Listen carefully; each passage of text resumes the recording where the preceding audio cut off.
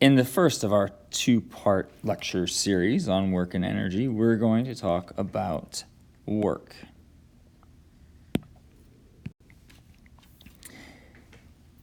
In the physics sense, work is defined as a force that causes an object to be displaced or moved in the direction of the force. So you exert a force on an object, that object moves in the direction of the net force.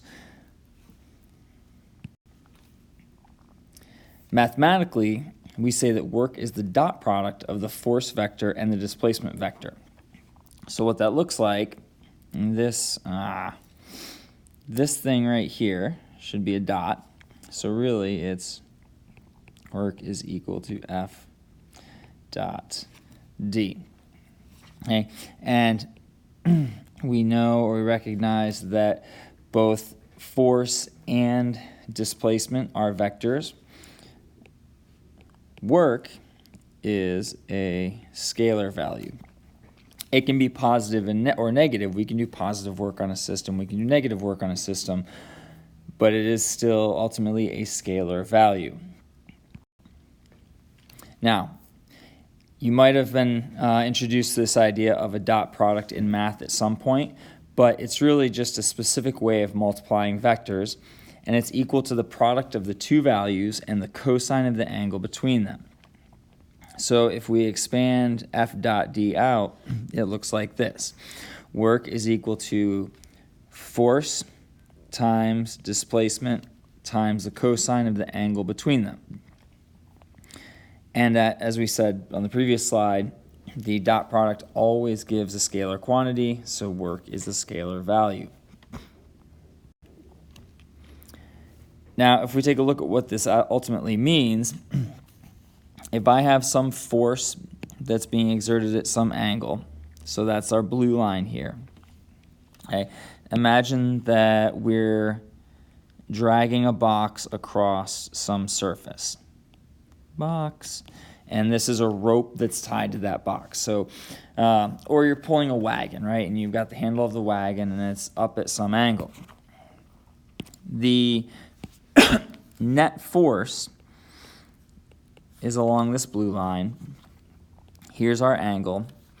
So looking at our trig, we see that, or we know that cosine of the angle is equal to adjacent over hypotenuse. So the hypotenuse, which is our net force,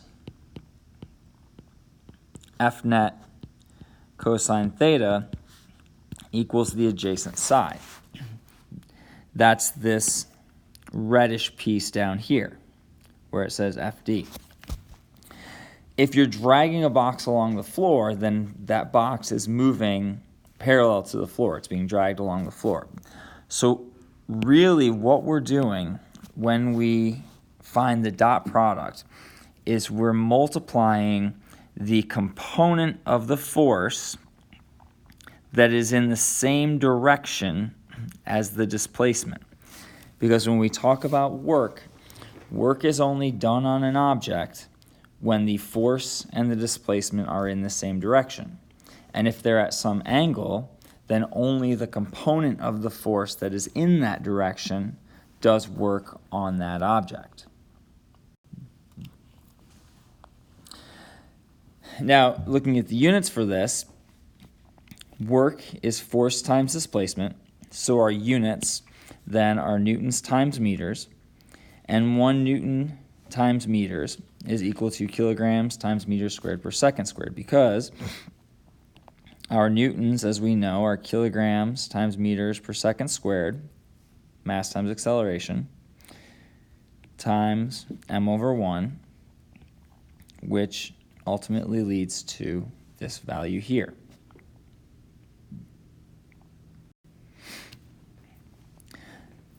With this idea of work being force times displacement in the direction of the net force, a couple things to keep in mind. If the displacement is 0, then there's no work done by the force. One example of this is standing around holding a box or holding anything in your hand. If you're holding something in your hand,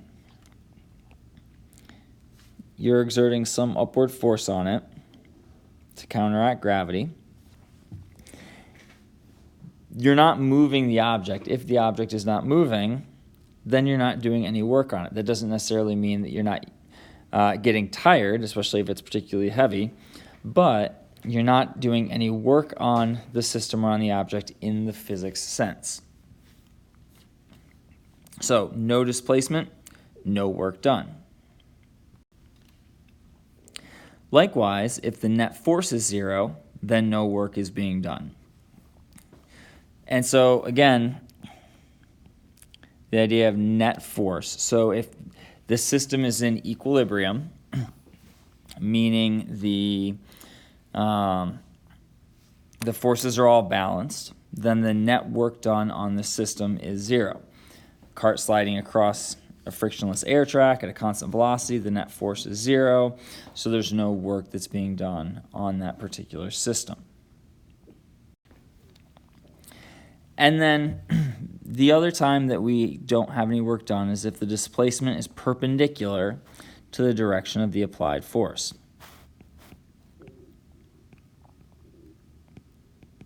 Perpendicular. So mathematically, the reason for this is that if the angle is 90, then the cosine of that angle is 0. So FD times 0 is 0. Displacement and the force are perpendicular, no work gets done. And really, the reason for this is because there is no net force in the direction of the movement or in the direction of the displacement. And then finally, we have work graphically. And we've looked at a lot of different graphs and a lot of different physical quantities that we can establish from graphs using things like the slope and the area. And in this case, we have work equals F times D, or F dot D, but ultimately we're multiplying the force times the displacement.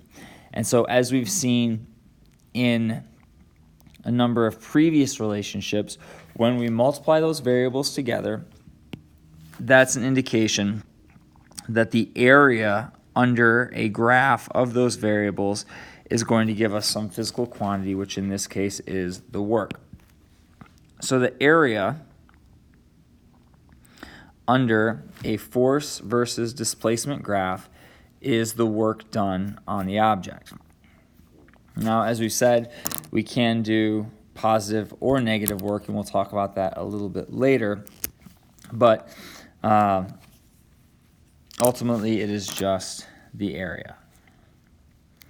And that's pretty much it for work. We'll come back around and talk about it again a little bit more as it relates to energy in our next video.